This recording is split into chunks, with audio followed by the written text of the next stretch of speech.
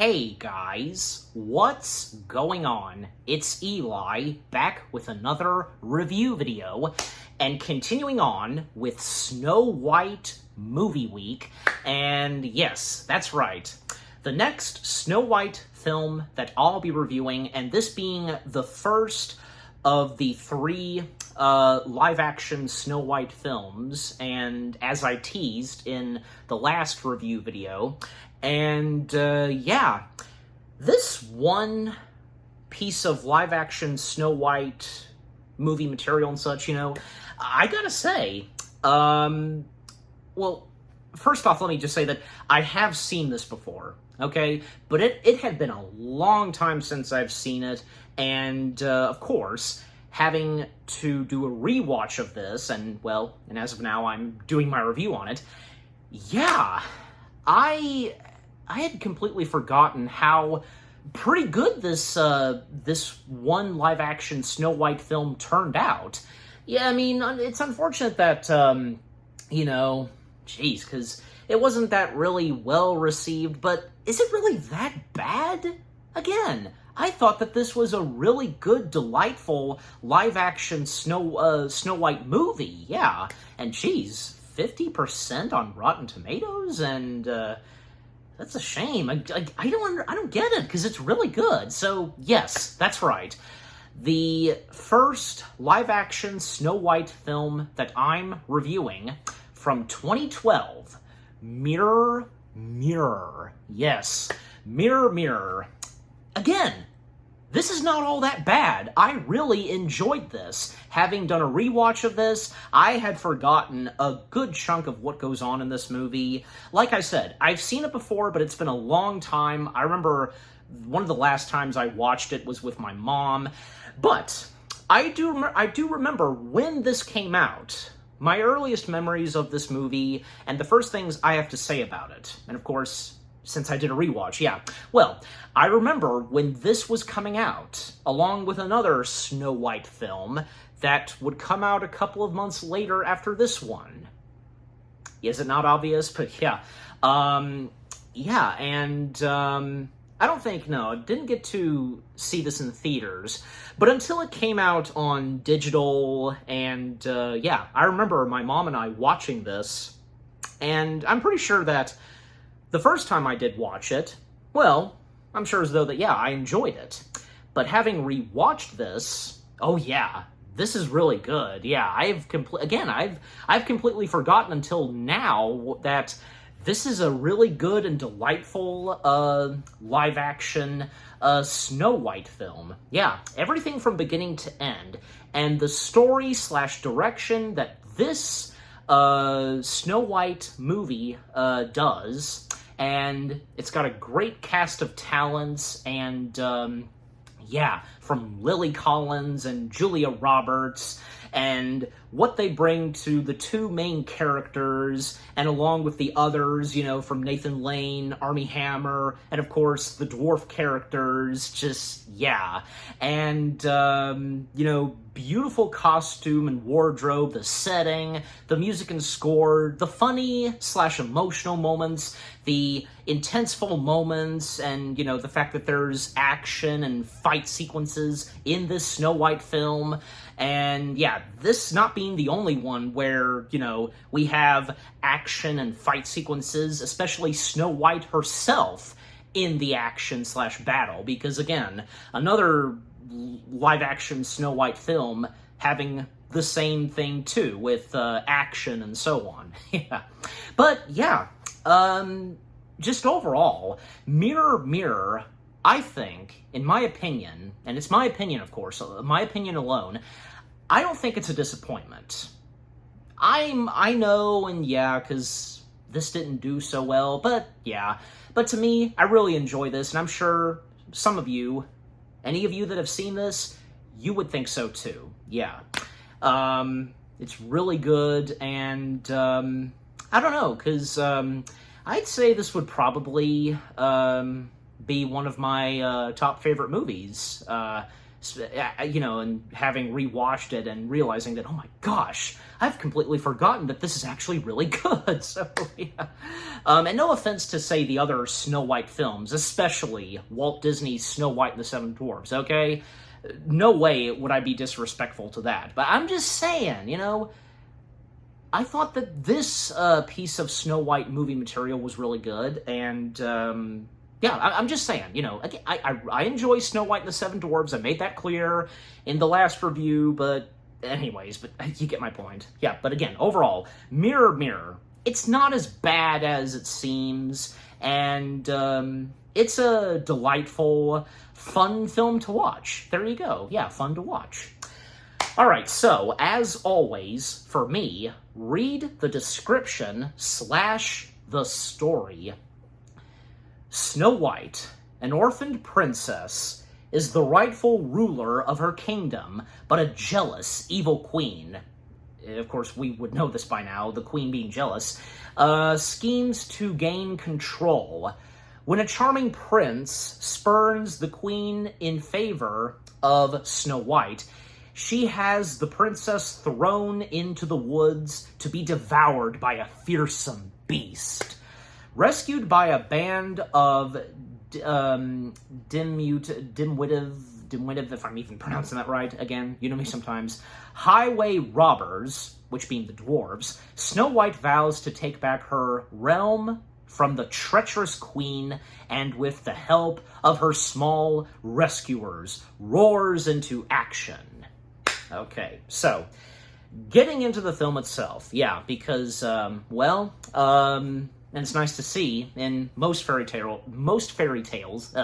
starting with Once Upon a Time, and, basically, we get the background / backstory of the very beginnings of Snow White herself.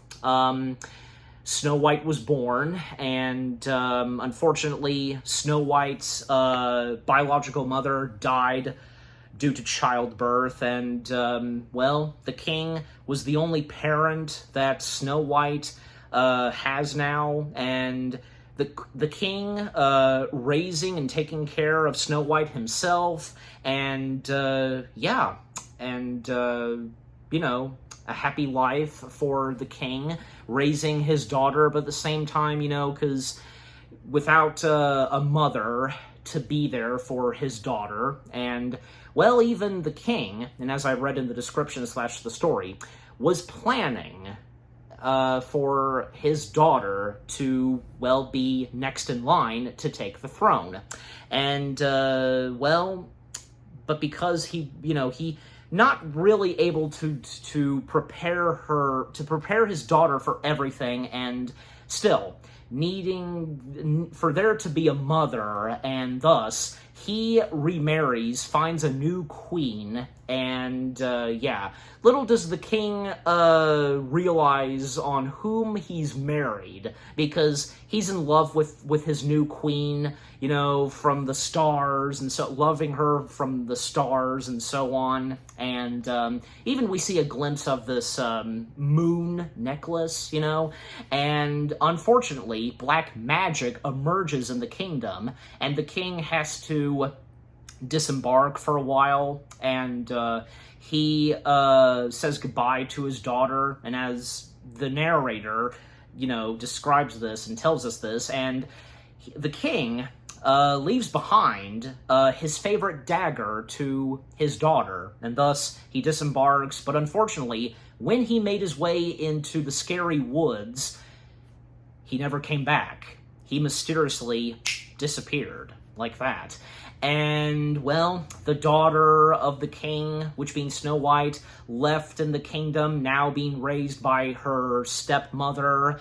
But unfortunately, because the king mysteriously disappeared, things changed completely in the kingdom. And fast forward 10 years later, the kingdom became cold and very snowy and such. The river freezing, and the queen taking full control of the kingdom. And, the kingdom is not as it used to be when the king was around. Everybody was happy, singing and dancing, but there's none of that anymore, at least for now. And the queen starting to grow jealous of Snow White and knowing that Snow White will be next. And, well, the only way to, dispose of Snow White is by her falling, how the narrator describes it. And, well, we get our introduction of Snow White herself being played by good old Lily Collins, the beautiful, talented Lily Collins. Yeah, her portraying Snow White in this live-action Snow White film, she's no disappointment. Because it's Lily Collins! How can you not love Lily Collins? A talented actress, wonderful, delightful person, and what she brings to the performance of Snow White, again, just really good. So good. And also, the other main character of this film, which, she was also the narrator of this at the start, and saying that this story is about her, and that being the queen herself, being played by good old Julia Roberts. And Julia Roberts is also not a disappointment in this. What she brings to the queen, and yeah, I even forgotten just, how, psychotic and evil this queen is in this Snow White film. Yeah, and Julia Roberts, she does good, yeah. And, today, we learned that today is Snow White's 18th birthday, and, going out of her room and, a party technically happening. Well, basically the queen is playing a little game where, moving the pirate ships, D5 to so on, so, that game. And with the aid of some of her servants, most notably Brighton. And Brighton being played by good old Nathan Lane, yes. And also, there's Baron, one of the Queen's other servants, and which, keep in mind, because they were servants to the king before the Queen took over. And Baron being played by Michael Lerner. Yes, Michael Lerner.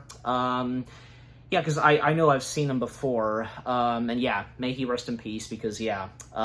Because in a lot of other great films that he's been in, like, from, say, the Russo brothers film Barton Fink and Elf, as well as being in the 1998 Godzilla film. We all know how that turned out.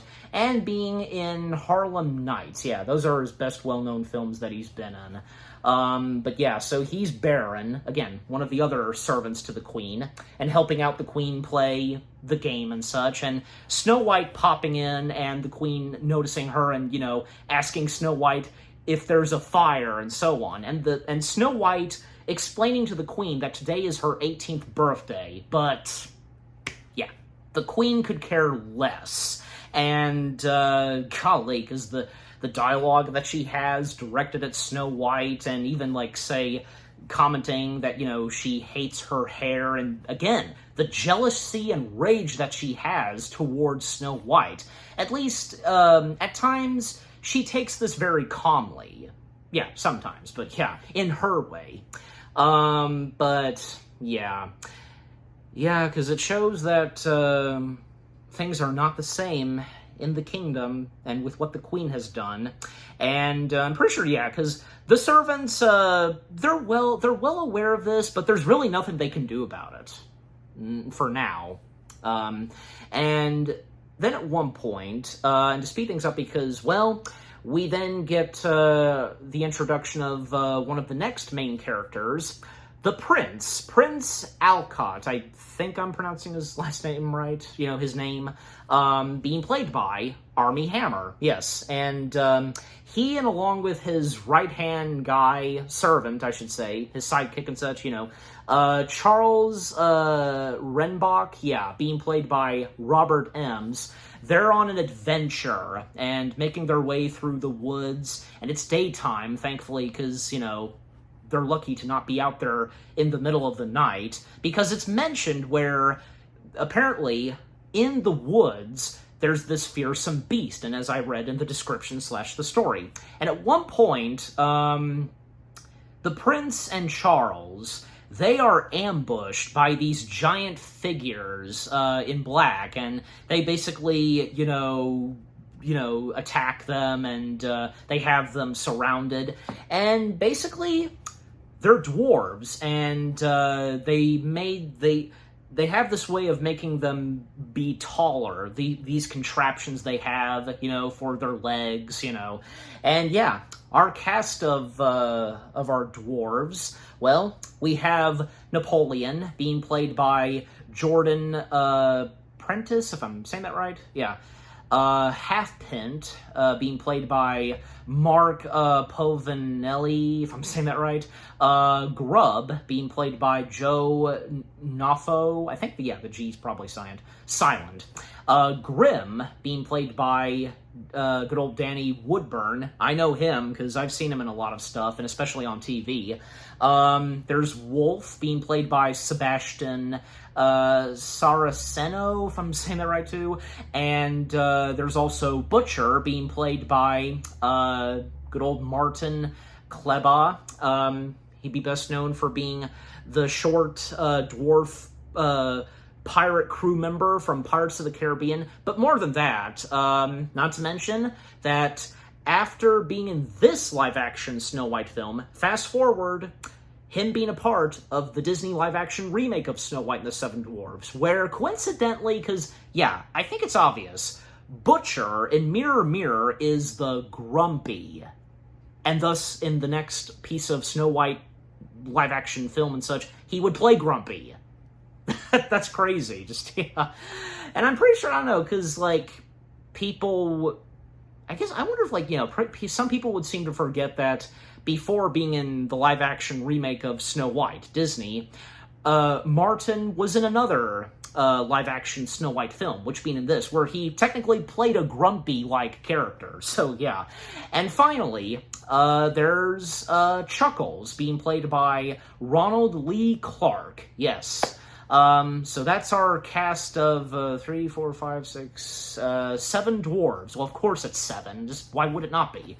Yeah, so again, they ambush the prince and Charles, and, basically robbing them. And, the prince, at first, he's not too fond on what's happening, and, he kind of insults them at one point, calling them children and such, and they don't like that. And what they do to the prince and Charles next is tie them up upside down, tie them both up upside down, and take part of their wardrobes.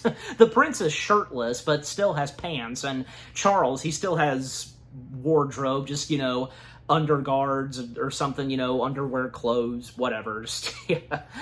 But that's what they get, and especially that goes for the prince. So, anyways.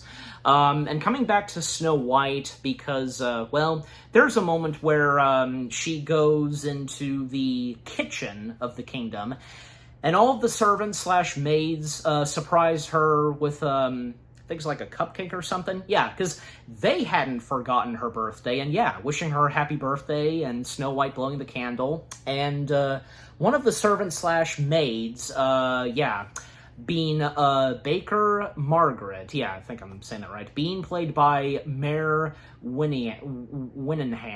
Yeah, I think I'm saying that right too. And a moment between the baker and Snow White, and, the baker sharing to Snow White that, things not being the same after the, disappearance of the king, and even the queen convincing the citizens that, what Snow White is like and such, brainless, and, how the queen put at it to them, but of course that's not the case. And even the baker lends Snow White her father's dagger, and it was very nice and sweet of her that, she kept it safe and sound, I presume, but yeah, she had it very polished up and clean, and yeah, lending it to Snow White, and convincing her and encouraging her to go out into the village and to see what it's like, because, yeah, by this point, it's not how it used to be, like how Snow White remembers it so well. Yeah, and that's what she does at one point, because, yeah, a little later, she does travel to the village, leaving the castle, even telling the guards right at the front of the door of the castle that she was going to go for a walk. And the guards, it's nice that they let her go on her merry way and just, not say a word about this to the queen. Pinky swear. That I remember so well. I remember that very well, where the guards said, each of them say pinky swear. And I remember my mom finding that funny, and I'm pretty sure, yeah, because she too thought this was pretty good too. And I gotta say, because when rewatching this, yeah, I got some good laughs and chuckles, because yeah, the funny moments in Snow White and the Seven Dwarfs, like, rather it's from Snow White or especially the Seven Dwarfs, yeah, they're definitely the comic relief. I mean, they always are. But even there's funny moments from, say, the evil queen herself and the servants, anybody. Just, yeah, it's really good. This movie does a good job with its funny moments, with whatever's happening and what each of the characters do. If it's, say, mainly the dwarves, but yeah, anyways. So, continuing on, Snow White making her way to the village, and yeah, she can see that it's not the same. It's not the same as she remembers it, being all happy and cheerful, everybody dancing and singing. Total opposite as of now. But also, what's happening, well, at one point, the queen, she was informed by Brighton, and even when, like, talking to her magic mirror, and how the magic mirror is done in Mirror Mirror is pretty interesting, because the queen goes to this private room with a special key, and, well, basically, saying mirror, mirror on the wall, and she goes through the mirror like a portal and such, and she's in this, like, other dimension or something, and yeah. And the magic mirror also being played by Julia Roberts. So Julia Roberts plays both the Queen and the magic mirror. But, it's technically the Queen's reflection. Like, I guess you could say that the magic mirror has taken the appearance/look of the Queen. Because, the whole thing of your reflection in the mirror and such, But anyways. And yeah, from what the magic mirror says to the Queen at times, and as well as, Brighton, because, yeah, overall, and to put it this, the Queen's going bankrupt, and that's when she feels that, she's got to find and marry a prince, because, yeah, a prince being wealthy and rich and such, and coming from another kingdom, and two kingdoms colliding, and apparently there was a rumor going around about this, and according to the Queen's servants, and yeah, that's what she's got to do. And even, like, the magic mirror pointing out to the Queen, like, about her having, like, freckles or something, just, but her denying that she has something on her face, not looking beautiful and such. Again, because, Snow White being the fairest of them all and not the Queen, so there you go. And coming back to Snow White, well, at one point, she, and after what she saw in the village and so on, but, in between that, because, well, she did come face to face and heard the voices of the prince and Charles, yeah, still being hung upside down. And when Snow White, I almost said the Queen, Snow White, when Snow White finds them, and, well, she's willing to help them be free, but as long as they say please, and which the prince does so, yeah, and her helping them, be cut down, and, well, love at first sight for both Snow White and the prince, and oh boy, because what happens next? Oh no. And when the prince does meet the Queen, but yeah. But just overall, Snow White helping free them, yeah, cutting the rope down, but also cutting the rope, where their hands are tied up behind their backs, but yeah.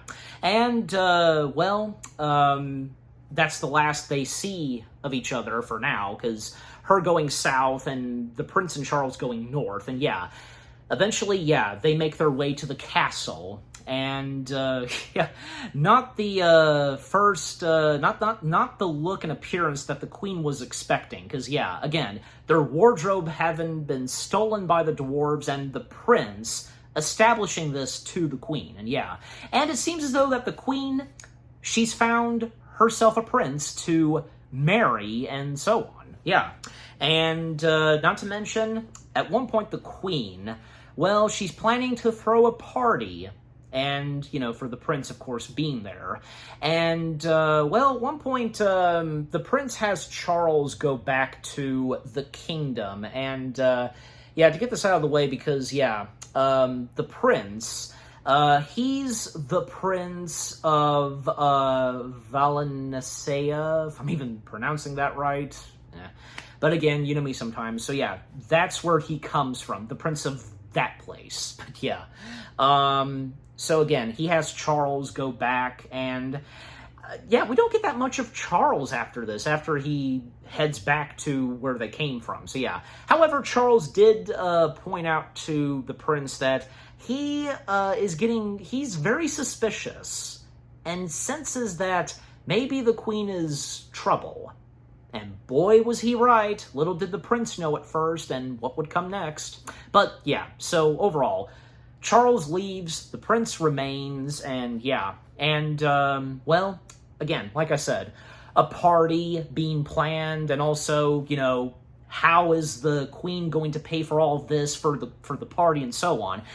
And at one point, the queen has Brighton, Nathan Lane's character, basically send out a note/message to the citizens of the kingdom, the village and such, that they need to bring in their taxes. And yeah, that's not a good sign. Especially, yeah, because, when, those in the village and the one guy, because, in charge of the taxes and such, and making sure that they're collected and so on. Yeah, they know that this is not a good sign, but that's what happens. Yeah, the town magistrate, if I'm pronouncing that right, yeah, being played by Alex Ivanovsky, again, you know me sometimes. And to name some of the other characters, like some of the townsmen and villagers, like, yeah, townsmen being played by Richard Jutras, if I'm saying that right, and a child being played by Melody Samard, and villager being played by Kimberly Sue Murray. Yeah. Oh, and the Mirror Queen. Okay, so yeah, that's how the reflection/version of the queen, in the mirror, that's how she's referred to. Mirror Queen. The Mirror Queen's double, being played by Lisa Roberts Gillian. Yeah, I think I said the last name right. Yeah. But, yeah, and, well, because, yeah, the taxes, coming in, and, well, the party is proceeding as planned, and everybody attending. Well, Snow White, having come back from, her journey to the village, and, telling the baker, what she saw, and yeah, now she realizes it's no good, and it's bad. And yeah, the mentioning of the party, and the baker saying to Snow White that, knock their socks off, and, make, basically being the spotlight of the party than the queen, and how the baker puts at it. And basically, yeah, putting Snow White in this nice-looking dress and such for the party, but also the queen. One moment where we see the queen having a special treatment, and Brighton is surprised by this, this special treatment. Basically, the queen, like, having her own spa, and how her very own spa is done is, I completely forgot about this until, yeah, rewatching this, where, yeah, the queen's special treatment, her very own spa, well, not your average, like, special treatment, like, where you have cream on your face and the cucumbers, all that, no, very different, because, jeez,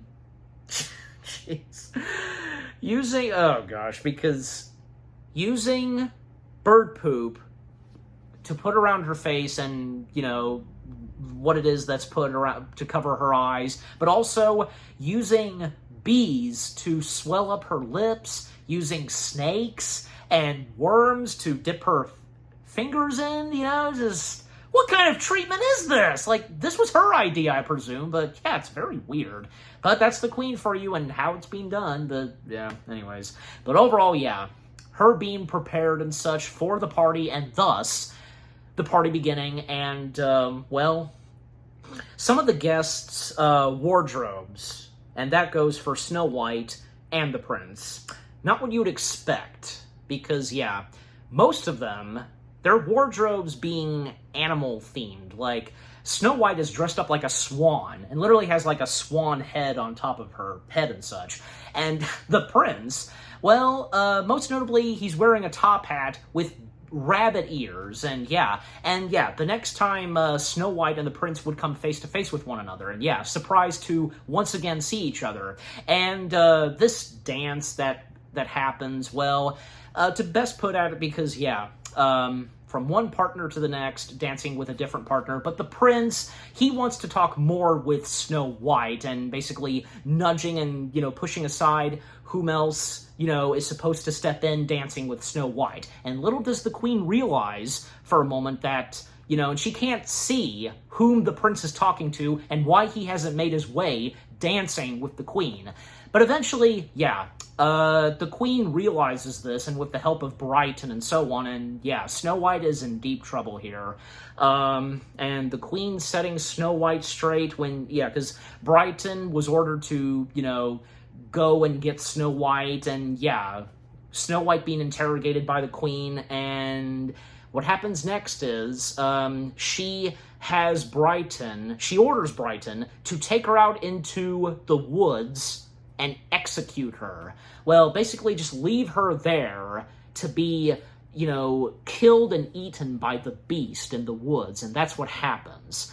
And by the way, can't forget to mention this, that, yeah, Mirror Mirror does incorporate what we know from the story of Snow White.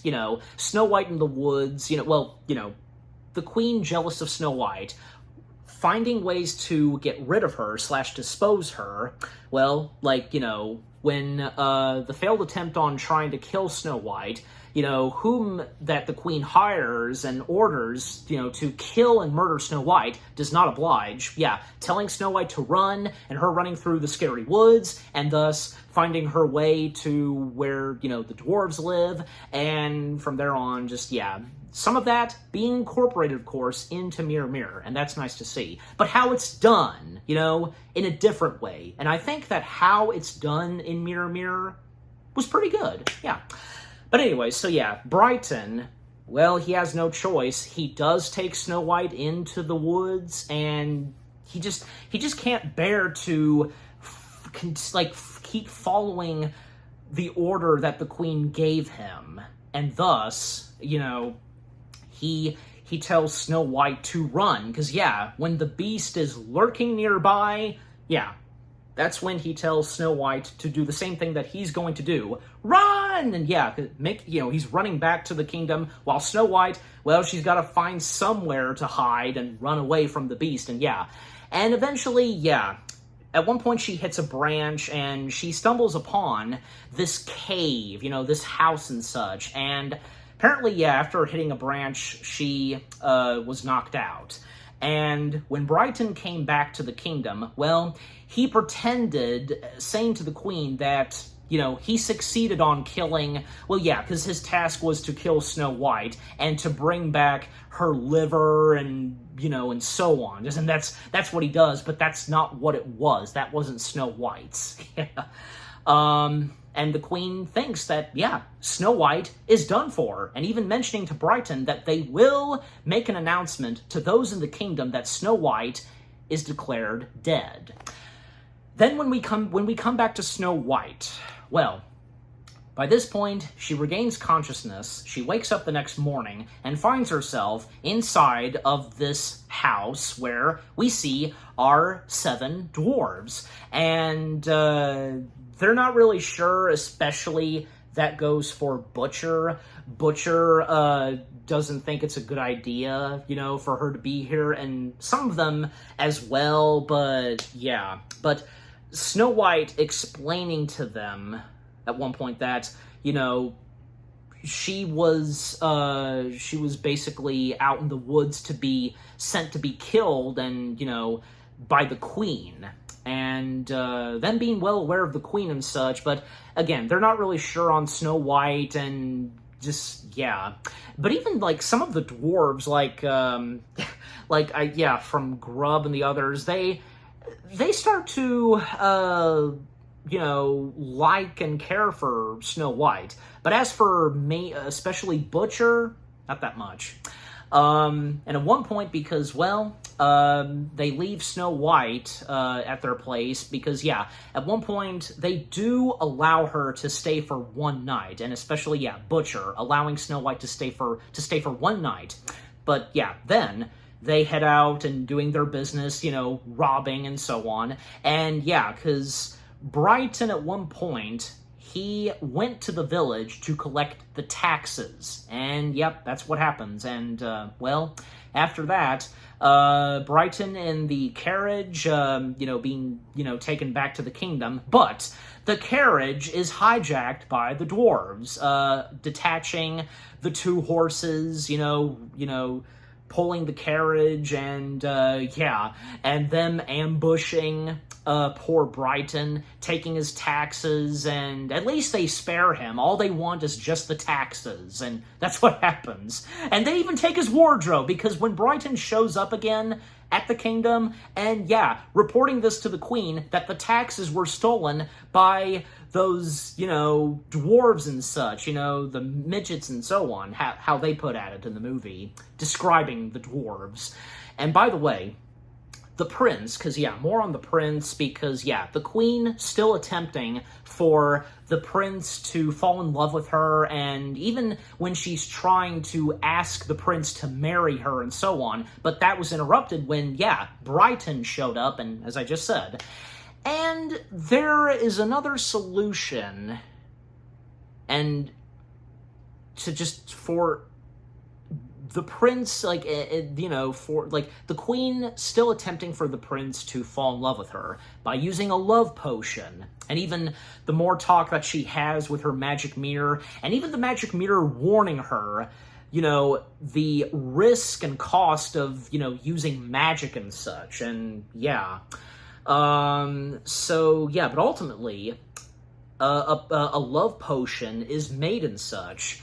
But before I talk about that some more, because coming back to the dwarves and Snow White, because by that point, and as I said, the dwarves, they ambushed and hijacked the royal carriage that Brighton was in after he collected the taxes. They collected the taxes, and when they come back, Snow White, she's surprised and is not very pleased on what the dwarves are doing, being robbers and bandits. And when she realizes that the tax that they've stolen, that belongs to the villagers, and her explaining to the to the dwarves that the villagers need the money, they need the taxes, and her setting them straight, and then, the dwarves, them talking, and even, at one point, they start to argue with one another, and they're distracted by their arguments when, we can see a glimpse of Snow White, her walking off, and when the argument stops, Butcher and the others, the argument stops, they can see that Snow White is all of a sudden gone, and they realize that she took the taxes. And, but also we learn that, and right before, the dwarves got into an argument, and, Snow White, took the taxes, we learned that, according to the dwarves, they're not appreciated / respected by the villagers. But Snow White's not sure about that. But what happens next, and as I just said, Snow White, she took the taxes, and the dwarves, they go after her. Snow White, she makes her way to the village, returning the taxes. And sure enough, when the dwarves emerge, Snow White pointing out to the villagers that they're the heroes, that they collected and stole the taxes from the queen, trying to take them and such. Yeah, of course, yeah, the villagers being well aware of what the queen was doing, and with what Brighton was doing, and yeah, and it is true, because yeah, the dwarves, they took the taxes from Brighton, and little did the dwarves know that they were actually doing something good. But they weren't actually, at first they weren't actually doing it for the villagers, they were doing it for themselves. Because them trying to make a living, and this is their job. But it's thanks to Snow White, and right there that, yeah, she helps for there to be a change in the dwarves and for whom they are. And right there, when she tells the villagers that it's the dwarves who are the heroes, they stole the taxes back. Now they get the love and appreciation that they deserve. And a funny moment where Grimm looks at Snow White and, I see what you did there. I think it's obvious. Yeah. And yeah, a much better built relationship for the dwarves and Snow White, and yeah. And they still allow her to stay at their place, but, under restrictions from them, that if she's gonna stay with them, she's gotta be like one of them. Yeah, all 7 of them, basically. And a montage where we see the dwarves training her to be tough, to wield a sword, and even helping her wear a specific wardrobe to go with her being trained to be tough and so on, to be a new, good, Snow White, Snow White who would become tough and wielding a sword and being just like them, and yeah. And it was pretty funny at times with what happens in the montage. Yeah, even like at one point, like there's a bit of a snowball fight, and even, yeah, Butcher, yeah, he was one of them that started it, and well, Snow White, she snuck up behind Butcher and and yeah, and even saying that he technically deserved that, because yeah, at the beginning, Butcher being kind of a jerk, not just to Snow White, but to his fellow 6 dwarves, but yeah. Anyways, and coming back to the queen and the prince, because again, a love potion that's made specifically for the prince, and when that happens, and yeah, and also because, yeah, by that point, the news broke about Snow White's death, but not long after, and obviously the villagers, they learned that, yeah, Snow White is alive, and yeah, because she returned the taxes, and as I explained. But I think, yeah, that as of now, that only those that serve in the castle, they're the only ones that don't know that Snow White is alive. And Brighton doing his best, telling the queen that, Snow White is dead, but yeah. Well, yeah, again, the love potion that's made, and when it comes to the queen having more interactions with the prince, and, convincing the prince to have a drink with her, and thus, by pouring the love potion in one of those cups, royal cups and such, yeah, having a toast, and he drinks it, and yeah, the love potion hits him, but he's acting very strange and over the top, almost like a dog.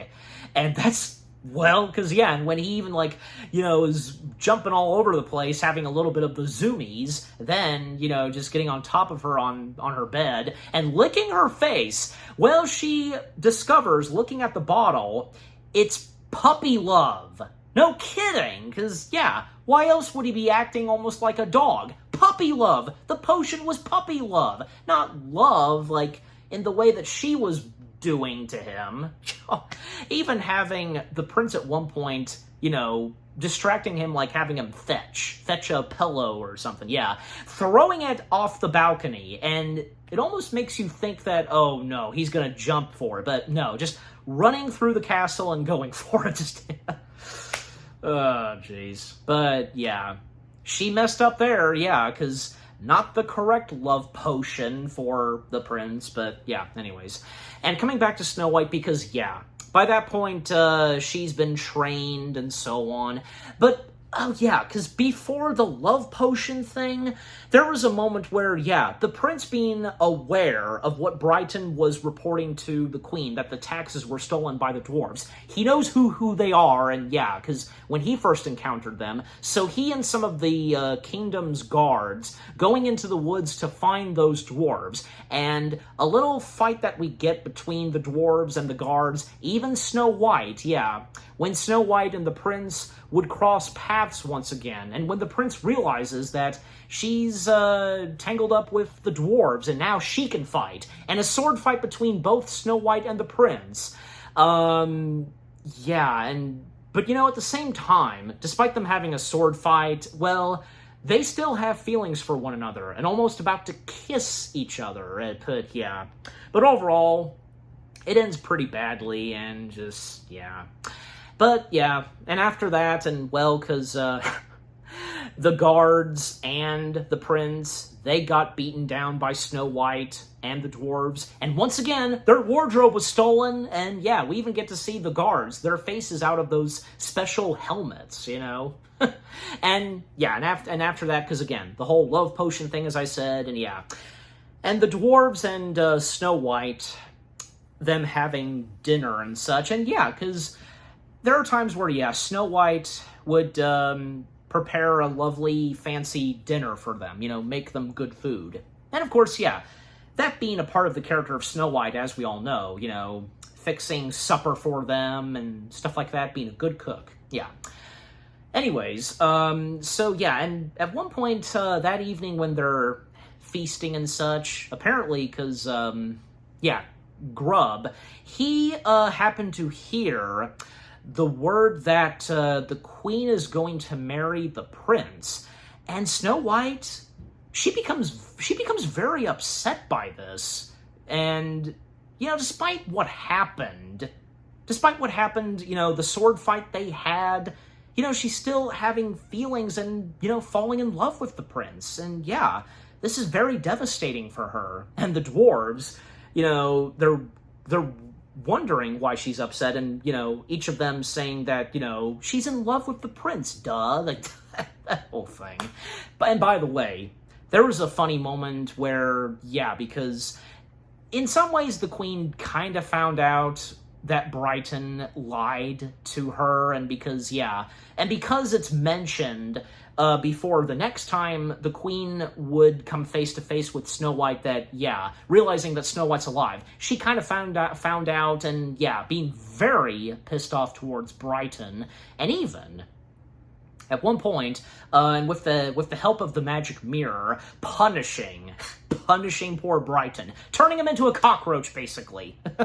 Poor Brighton. And the next time he would be unpunished and turning back into his human self. Yeah, no longer being a cockroach. Boy, did he have a panic attack. Well, I wouldn't say panic attack, but yeah, he had quite a panic over that, and it was almost like a nightmare. But yeah. But also, after Snow White found out that, and little does she know, and that also goes for the dwarves, that the prince is under a spell by the queen. Yeah, she doesn't know that yet. She was having alone time to herself, just a little far away from the dwarves.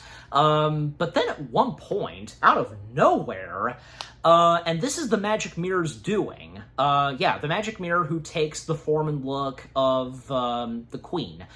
She basically unleashes, I want to say, yeah, 2 stringed puppets attacking the dwarves. Now that sequence, I thought that was a pretty cool sequence. That too, I completely forgot about until, rewatching this. I thought that was pretty cool, and when Snow White hears the cries and screams of the dwarves, and she goes to see what the commotion is, and seeing that, yeah, the dwarves are in peril, and it's up to her, and by that point, she's been fully trained, and, yeah, able to wield a sword and fight, yeah. And when she discovers that these wooden puppets, yeah, they're string, and, well, by using the sword, cutting the string, and thus the two marionette wooden puppets are defeated, and yeah. And even like the magic mirror, the Mirror Queen, that is how she's credited. Mirror Queen, yeah, that's probably what I should refer to her as. The Mirror Queen discovering that, because her getting a bit suspicious, because almost getting the sense of feeling that, Snow White, And after that, they're not finished because it doesn't take too long for Snow White and the seven dwarves to, go and confront the kingdom and to take on the queen, but also to fetch the prince. Yeah, because that's basically what they do, is to go and fetch the prince. And when it does now occur to them a little later that, he's under a spell by the queen. The queen did something to the prince, to speed things up still, because, another party is happening, this time a wedding, and, the prince and the queen are due to be married, and there's a wedding outside, in the winter, and the seven dwarves and Snow White sneaking in to, kidnap the prince, basically, but for a good reason. And, the queen is getting prepared for the wedding in a special dress, and by that point, Brighton being unpunished and transforming back into his human self, no longer being a cockroach, and Nathan Lane, of course. To talk more about Nathan Lane, he too is not a disappointment. We all love Nathan Lane. And whenever, we would see Nathan Lane in whatever it is, his freak-out moments, they're so good. I can think of most notably, say, the Birdcage, or even, say, Timon. Timon had his freak-out moments, but yes, Nathan Lane, he's so good at that, and does not disappoint in this either, but anyways. So, again, Snow White and the seven dwarves making their way, and they crash the party. They have all the party guests, interrogated, and what happens next is, they capture the prince, and even when the queen showed up, along with Brighton, they can see that nobody is outside, and, presumably, they're inside this tent, and and we see that their wardrobes, part of their wardrobes, were also stolen. That being a big thing almost in this movie, where at times we would see some of the characters, and by the dwarves stealing their wardrobes, taking parts of their clothes off, and leaving them in their underwear almost. Underwear, clothes, and so on, And, really occurring to the queen that, Snow White did not die, and still being angry towards Brighton. And by that point, those that are a part of the kingdom, the queen's servants, and even, say, Baron, they now can't stand the queen's rulings of the kingdom and such. They've had enough with her. And after that, we then see Snow White and the dwarves, and when it does occur to them some more, that, the prince is under a spell, and how are they able to break the spell off of the prince? The attempts that the dwarves they tried to do to break the curse / the spell, doesn't work. Doesn't work at all. From, what Butcher and Wolf does, even Wolf, I think it's him, he blows a horn, even oh, because, Wolf acting like a wolf, and his headpiece, being the face of a wolf, those headpieces. Nothing's working. But then, it occurs to Napoleon that why didn't they think of this? Why did it not occur to him and the others? A kiss. And it has to be Snow White, of course. And Napoleon takes it upon himself to doll up Snow White some, do a bit of powder, and also use a strawberry to do her lips. And then she's all set and ready to have her first kiss. And we learn, and the dwarves learn, that this is her first kiss. And even, like, she's not able to do this, especially with them watching, and yeah, how about some privacy? Yeah, and so thus, she kisses the prince, even when the prince, golly, because again, him acting like a dog, and yeah, at times he's very emotional and whimpering, and yeah, but thankfully, when Snow White kisses the prince, the spell is broken. And yeah, the prince is back to himself as himself, and yeah, having true feelings for Snow White and none for the queen. And yeah, everything's good now. And, coming back to the queen for just a sec, because when it now occurs to her some more that, yeah, Snow White being alive, and yeah, Brighton lied to the queen, and yeah, the queen takes it upon herself to dispose of Snow White. Yeah, you gotta do it yourself, how she puts at it, and yeah, and again, to quote Thanos, fine, I'll do it myself. Obviously, so yeah. Never hire someone to do your dirty work. You know, at a certain point, you gotta do it yourself. But yeah, anyways. So yeah, the queen now taking it upon herself to dispose of Snow White. And, coming back to Snow White, the prince, and the dwarves, basically, they explained to him about, when he was put under a spell, and, of course, he has no recollection of what the heck happened to him, especially some certain words that he said to the queen, but this is because of the spell, it's understandable. Something, that he said about her neck, just, But all of that, all the conversations that they have, all that is interrupted when, yeah, the beast is nearby. And, Snow White getting the sense of feeling that it's come for her. And she doesn't let the prince and the dwarves step in to help her. She's got to do this herself, face the beast alone, and even, what she says to the prince that, this happily ever after, should change, differently, and how she puts at it, and yeah, and it's about to. And Snow White, she locked the prince and the 7 dwarves in the house, yeah, inside of the house, and the prince trying to break down the door, and whenever breaking down the door, the dwarves cheering him on, yeah!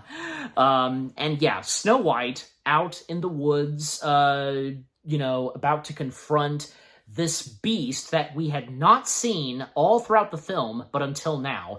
And she is first greeted by the queen. And, as I mentioned early on, the necklace, the moon necklace that she has, yeah, something about it and being magical.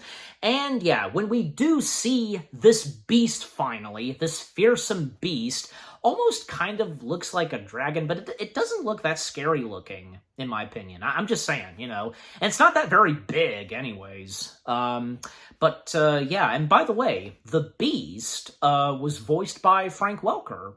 Yeah. Because, yeah, Frank Welker being really good at doing creature, animal, beast sounds, and yeah, nice to see that, yeah, he did the voice of the beast. So, yeah.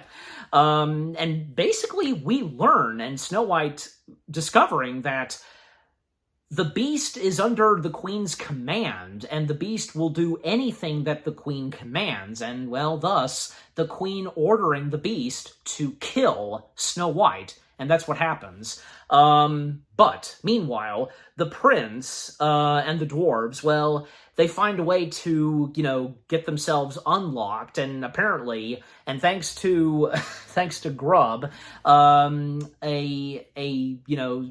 a special, an extra key, spare key and such, and they're aggravated by this, but yeah, the prince using it, he steps outside, but he locks the dwarves in their house, because he's got to do this by himself, and to help whom he's in love with. Yeah, it's understandable, but the dwarves, they're not gonna go along with this, and yeah, them trying to break down their own door, and just so happens that there's another spare key that Grubb has, and Grubb getting like a slap in the face, because, but yeah, overall, from the prince to the dwarves, getting themselves unlocked and going to help out Snow White. And yeah, the prince finding and, helping out Snow White. And yeah, again, he's not going to let Snow White face this beast alone. And yeah, sure enough, the beast once again emerging, and yeah, thus the fight between Snow White and the prince against the beast. And yeah, and they're not really succeeding at first. But thankfully, the dwarves, they show up in a nick of time, and, one of the first things that they do is throw snowballs at the beast. But, yeah, even the dwarves, they're no match for the beast either, and yeah. Well, the queen, because by this point the queen made her way back to the magic mirror and such, and doing a bit more narration and such, and yeah, at this point where, yeah, it seems like it's going to happen, Snow White falling. However, there's one moment where the beast is staring and looking at Snow White very, happy and peaceful and such, and just so happens, Snow White notices that around the beast's neck is a duplicate of the moon necklace that the queen has. Yeah, another one. And, well, apparently the beast is allowing Snow White to defeat him, and and by showing, and Snow White, it then occurs to Snow White that she's got to, cut the string, the necklace and such, and that's what happens. And we then see the beast transforming, and, well, because the necklace was cut from the sword that Snow White yielded, and yeah, that being the dagger, because yeah, Snow White using her father's dagger. Well, because of that, the queen discovering that her moon necklace is vanishing and such, and, well, because of that, the queen starts to, grow old and such, her hands, and yeah, and the magic mirror pointing out to the queen on what this can do to her, with the cost of magic and stuff like that, what the magic mirror says to her specifically, yeah. And the beast transforming back into the king. All this time, the king was not lost. He was turned into the fearsome beast that roamed through the forest, the woods, by the queen's doing. And we discover and see, and yeah, whom plays the king is none other than Sean Bean. Yeah, Sean Bean. I completely forgot that he was in this. Yeah, and it's nice to see that. Yeah, and very fitting, because he is the king, and yeah, the king / the father of Snow White, and the king being very happy to see his daughter after all this time, and seeing her grown up as a beautiful woman, and yeah, and Snow White telling her father that, it's the prince and the dwarves that, he should thank them for saving him. But also Snow White, too, because even the dwarves and the prince point that out, too, that Snow White also was the hero, too. And, yeah, and because of that, well, we see that peace and everything to the kingdom is officially restored, and yeah, with the king's triumphant return. And what happens next? Well, the prince and Snow White, by this point, due to be married, and yeah, the king, marrying them, and, well, seeing all the other characters, yeah, the dwarves and the servants from Brighton, and, also, yeah, Baron, and we see Charles once again, and the baker. They're all there, and the dialogue that, the king has, Snow White, the prince, and, yeah, and thus, they are now husband and wife, Snow White and the prince, and, even the prince bringing up, don't need to say please or something, because, the word please, and yeah, thus, they're married. And a funny moment between Brighton and the baker, where Brighton says that, I always cry at weddings, and asking the baker, are you single? But yeah, and yeah, thus they celebrate, and even, they're also happy that, yeah, good riddance to the queen. However, the queen, when we think that she's been defeated, not quite, because when some of the, citizens of the kingdom and the village congratulate Snow White, one of the others that approaches Snow White, well, under a cloak, and she offers Snow White an apple. And, because I'm pretty sure that, yeah, a lot of us were wondering, was this ever going to occur? Because that's one of the, signature parts of the story of Snow White, the poisoned apple, and thus it finally happens. Snow White was almost about to bite it, but then she looks up and stares right at the face of, yeah, the queen, who's now old-looking, and being very clever and smart not to eat the apple. Even, she slices it a little, and seeing and discovering that, yeah, it's poisoned, and setting the queen straight that, yeah, her being defeated, and just, yeah, the dialogue that she says to the queen, oh, so good.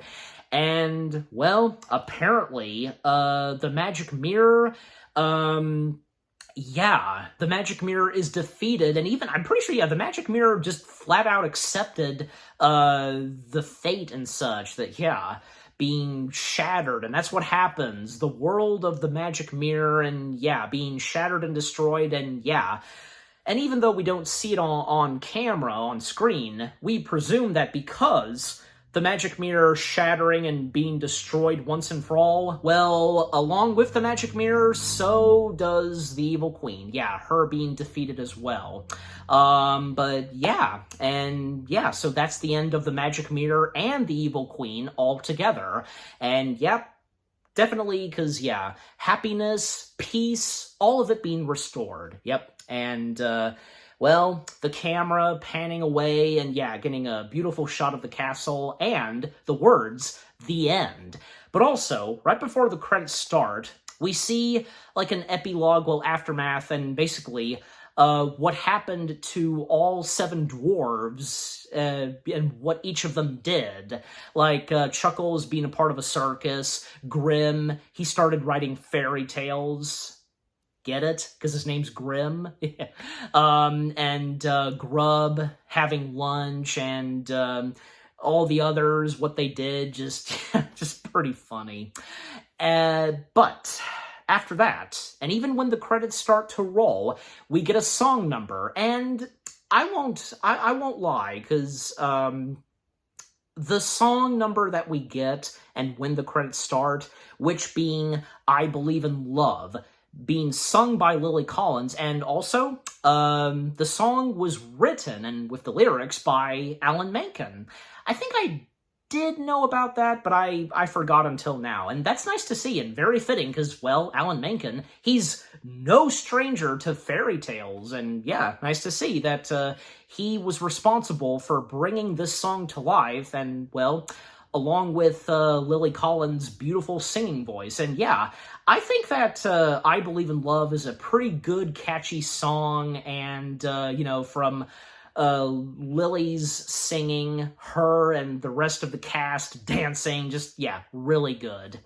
And yeah, what a great, nice way to end off the film right there. Just, yeah, mirror, mirror, say what you will, and how it was received. I think it's really good, from beginning to end, how this live-action Snow White movie is done, with its story, the cast of characters, and with, the great talents of Lily Collins, Julia Roberts, Armie Hammer, Nathan Lane, Sean Bean, the list goes on, and of course, can't forget to mention the 7 dwarves, yes, and, and beautiful costume and wardrobes that were in this, and, the set and designs, the look of the film, the kingdom, and so on,